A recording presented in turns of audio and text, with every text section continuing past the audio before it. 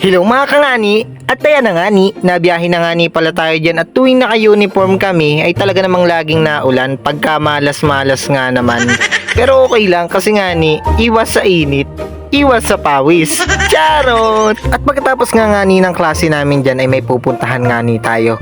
Tanan! Nandito nga ni pala tayo sa birthday yan at binyag nga ni yan. At hindi nga ni ako natuwa at hindi nga ni ako pinag-sharon. Charot! At dyan nga ni pala ay pagkatapos namin kumain ay dali-dali na nga ni ako nangakit na umuwi na gawa ng papunta pa nga ni ako ng Lucena. Hindi pa nga ni ako nagayak gawa ng doon din ang tulog ko nga ni.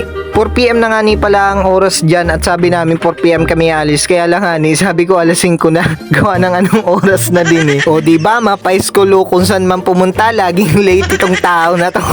At hindi na din nga ni pala ako nakapag-video dyan na nagagayak na nga ni ako ng mga gamit ko. Gawa ng dali-dali na nga ako, syempre. At yan nga ni pala ay nakasakay na kami sa bus. O at ayan, kasakristan ko nga ni pala yung kasama ko. At habang nabiyahe nga ni kami, nagro-rosary kami dyan. At habang nagro-rosary nga ni kami dyan, ay nakikita ko nga ni na tinitingnan nga ni kami. Siguro first time nila makakita nga ni na nagro-rosary sa bus. Tapos sa laki pa yung nagro-rosary. Hindi siguro sila sanay makakita na nagro-rosary sa bus eh. Dito lang nga ni pala kami bumaba sa may barangay Talipan. Gawa ng sasakay nga ni kami ng jeep. Papunta naman nga ni kami ng SM. Doon nga ni namin kikitain yung kaibigan nga ni namin.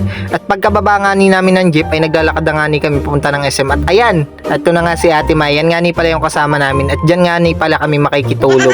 Magbabanding nga ni kami dyan. At dito nga pala itingnan nyo oh. Pasko na nga ni ano. At umikot lang nga ni pala kami dyan at hindi na nga ni kami nagbili sa supermarket. At papunta naman kami dyan sa may palengke, syempre.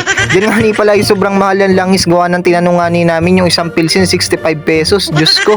Samantalang dyan sa Ate Monan 40 pesos lang. Tulaan nyo nga ni pala kung anong mga nabili namin.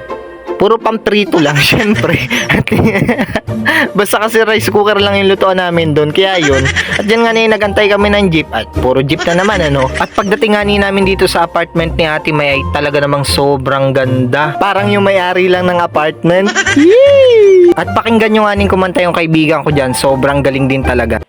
Bakit ba hindi ka na kilala na ako'y malaya pa at hindi ngayon ang puso ko may kapiling na. Bakit ba hindi ka na kilala na ako'y nag-iisa? Sino ang iibigin? Ikaw sana. Nandito ako.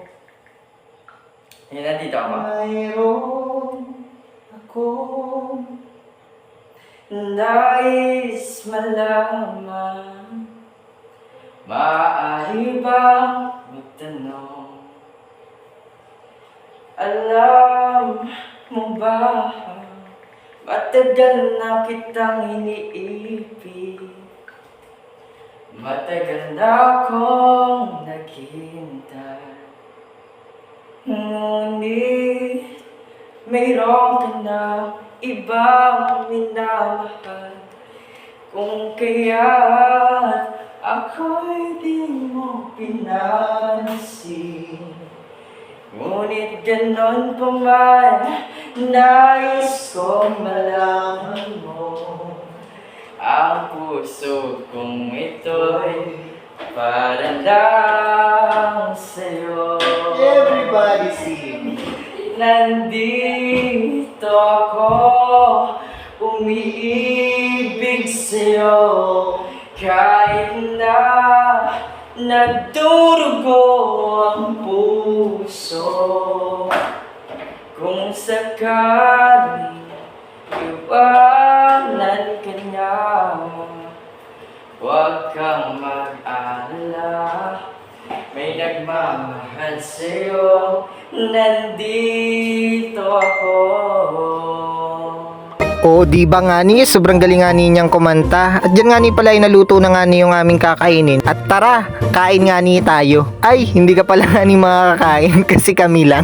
Charot! At dyan nga ni pala ay dumating pa yung dalawa namin nga ning kaibigan dyan. At ayan, naglalaro nga ni sila ng ML. Hindi nga ni nila ako sinama, di ba? Parang tanga lang eh. Charot! O di ba, ang pangit niyang isa. Charot! Iba din talaga pag meron nga ni tayong mukhang unggoy na kaibigan, ano? Charot! O sinong may mga kaibigan dyan na mukhang unggoy ha. Charot! Parang sa magkakaibigan nga ni ako yung pinakamasamang ugali. Kasi nambubuli ako lagi. Lalo na sa pagkain. Charot! At binidyo ko nga ni pala yung palaka na nadikit sa pader nga ni. Naalala ko kasi nga ni nung nag-serve nga ni kami sa Magsaysay. Yung kasakristan ko nga ni, tinalo na niyan. Taon-tawa lang ako, wala lang, share ko lang. At 4 AM nga ng madaling araw ay wala nga ni kaming inumin. Kaya ayan, pumunta muna nga ni kami sa may Alphamart. Buti na lang nga ni, bukas pa nga ni dyan. Tatlo nga ni pala kaming magkakasama dyan. At pagsakay ko nga ni dyan, nasa likod kasi nga ni ako eh. Pagsakay ko nga ni, sobrang sikip na. Ang laki ko kasi. At yan nga ni, ay bawal nga ni mag-video sa loob ng Alphamart. Kaya ayan, nagbili lang nga ni kami ng ice cream at saka ng tubig nga ni. At hello nga ni po pala kay Kuya Donald, Amtagig. Maraming salamat po sa panonood at pagsuporta. Shout out po sa inyo. At dyan nga ni ay tatapusin muna nga ni natin yung video para meron nga ni tayong part 2. Gawa ng sobrang haba na nga ni ng video natin. At hanggang dito na lang. Maraming salamat sa panonood. Bye-bye!